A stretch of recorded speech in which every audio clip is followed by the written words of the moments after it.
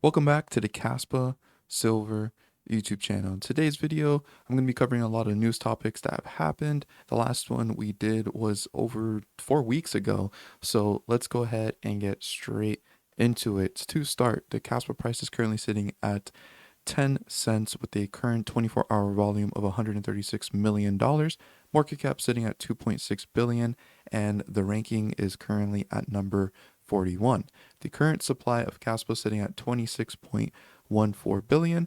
The real-time TPS is now sitting at 9 transactions per second, with the real-time BPS at about 9 blocks per second. Hash rate sitting at 977 petahashes, and right now 91.09% of the Kaspa supply has been mined. The next reduction in block reward is going to be in 26 days. The current block reward is sitting at 5.50 Kaspa, and the next reward will be 5.19 Kaspa. The current amount of active addresses is sitting at 524,606. If we look at Kaspalytics here, we can see that the supply not moved in over a certain amount of time are sitting at all-time highs. For over 3 months is sitting at 68.22% of the supply has not moved in over 3 months. 6 months is sitting at 49.16%. 1 year sitting at 31.61%. 2 years is sitting at 12.11%, and 3 years is sitting at 3.33%. Now let's talk about some news topics, and of course, the biggest one being that Crescendo hard fork has officially launched on Kaspa. What you are seeing right now is on the Kaspa mainnet, it running 10 blocks per second. This is absolutely amazing that Kaspa was able to achieve this, and we actually have no issues at all. It was a flawless launch, and there was a video right here that Michael Sutton had posted of him and Jonathan watching my live stream in the background and them experiencing 10 blocks per second successfully being launched on mainnet. If you want to check out that video, the links to everything we cover is going to be down below in the description. Next, after 10 blocks per second came out, Adam Swick, which is the chief strategy officer for Marathon Mining, posted this picture right here, which is the picture of a crescendo symbol, obviously meaning that he is personally excited about Kaspa upgrading to 10 blocks per second. Now, it is very funny because a lot of people get upset that Marathon Mining has been just selling their Kaspa, but it is important to note that Marathon Mining as a company can sell their Kaspa, but the individuals that work for the company can clearly hold as much Kaspa as they want. And just because Marathon Mining Company is selling Kaspa does not mean people within the company don't believe in Kaspa.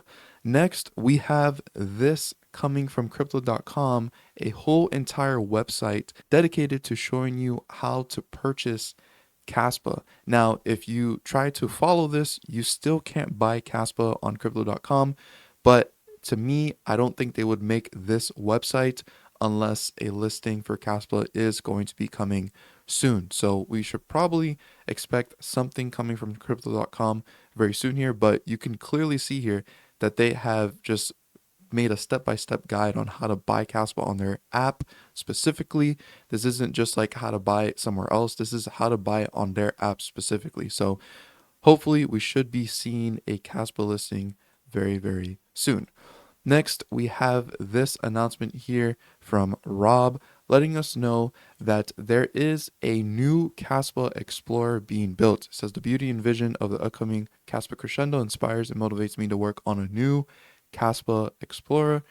Work in progress, maybe a beta version will be released soon. By the way, it's open source for the community, and you can see here, this is how the Kaspa Explorer is going to be looking. I also did comment down below saying dark mode on launch, and he said totally important, yes, but in version 1.1 most likely. So really excited to see a brand new Explorer. It is needed. The Explorer we have is kind of old looking and needs a modern touch to it. Next is an announcement from Castle Wallet. Castle version 2.14.0 is out. This update improves our browser API, so external apps like DEXs can now prompt network switches, making it easier to move between mainnet, testnet, and layer 2s without friction. And Castle is a browser wallet that is currently available for Chrome, and also they are developing a mobile wallet. So I am looking forward to making tutorials on their wallet on the browser and then also their mobile wallet once it does go live. Next, we have a user from the Kaspa community that made a little tutorial on how to set up a iPhone widget to take you to a specific Kaspa address through an iOS shortcut. So if you're interested in how this works, the link will be down below so that you can actually copy this and then have that widget within your iPhone. Next, we have this user called the Visual Eye that has created a couple of nice wallpapers and artwork designs for Kaspa that are really cool and anyone can grab and use. Personally, I am using this one right here actually for my wallpaper and it just looks really, really nice. So if you want to grab one of these photos, the link will be down below. Next, we had this user, Giuliano, that was a person that was representing Kaspa at his fights, and it was awesome to hear that he actually won his fight, and he won the European super lightweight title while he was representing Kaspa. So really cool to see Kaspa just get a little bit more marketing in different places.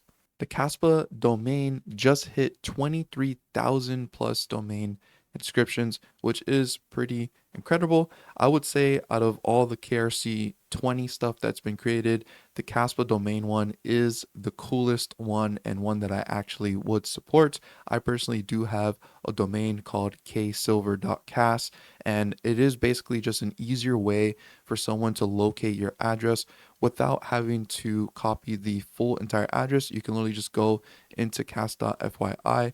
You could just type right here ksilver.cas and then it will pop up an address. And this is an address that I personally own. It is a donation address. So that is something cool and how the Kaspa domain network works. Next, we have a user here that developed a really cool block DAG visualizer here that plays piano noises every single time a block is created. So if you want to check out the website for that, the link will be down below. Next, we have an update from Kaspa KI talking about some of their things that they're working on. We are actively working on advocacy and enablement for Kaspa with industrial partners, which is the core mission, along with hardcore research and development. We then have simultaneous work streams for Kaspa ISO 222 readiness, testing the Warp Core transactional middleware and engaging with regulatory authorities. Gigawatt stablecoin is also under active development and again working the energy industry and regulatory agencies and other commercial work that we won't be speaking about publicly just yet. Just a reminder that we are an industrial initiative, so we are focusing on enterprise solutions. Next, we got a big update on a common FUD for Kaspa. So there's a common FUD for Kaspa that there's missing transactions for the first 6 months of the ledger, and here are the facts.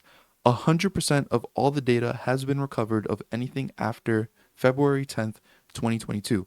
Kaspa launched on November 2021. 75% of all the data has been recovered of anything in between the launch and February 10th, 2022. We actually have a link to the Genesis block and a link to the earliest mined block. While 25% remains missing, there's sufficient data to make this a total non-issue. Move on, fudders.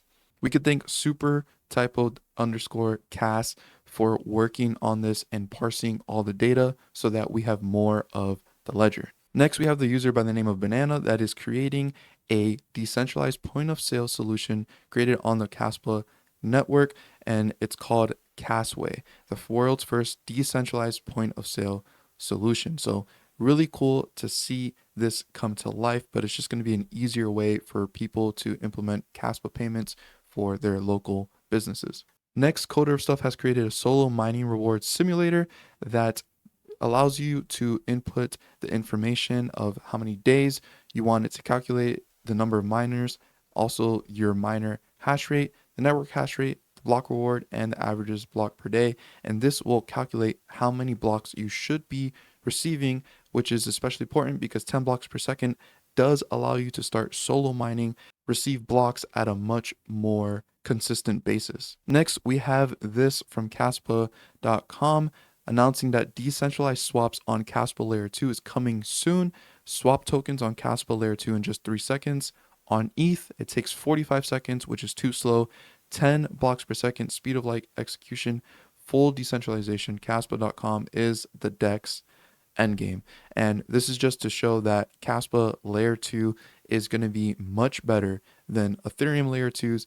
And this is one of the main reasons why Kaspa should start seeing a lot of adoption coming, because 10 blocks per second is here, enabling all this stuff to be very, very fast. Last but not least, if you have not seen the video discussing the controversy over the Kaspa X account, unfortunately, the person behind the X account has decided to just move away from it and allow other people to handle the official Kaspa account that was not supposed to be viewed as official, but the biggest following Kaspa account.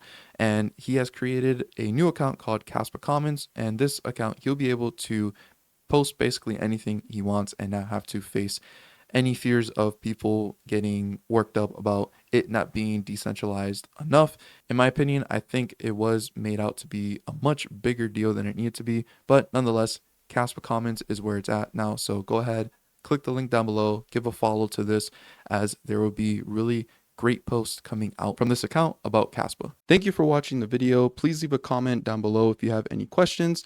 And before we go, if you have not considered getting yourself a cold storage wallet to securely store your Kaspa offline and off exchanges, Tangem does have these limited edition Kaspa cards that you can pick up. If you use the code KASPASILVER at the checkout, you will receive 10% off your order. And I do receive a commission if you do use my code, and it greatly does support my channel. So thank you so much. If you are interested, go ahead and look in the description down below. Click the link so that you can pick your cold storage wallet from Tangem and be able to securely store your funds offline and off exchanges. If you ever keep your Kaspa on an exchange, you don't actually own that Kaspa, and if the exchange was to ever go bankrupt, you may or may not ever see your Kaspa again. So this is why it is so important to make sure that you do have self-custody of your Kaspa, and Tangem is a good way to do that. Thank you again for watching the video. Leave a like, subscribe to the channel if you guys are new around here. And as always, don't be average, be different.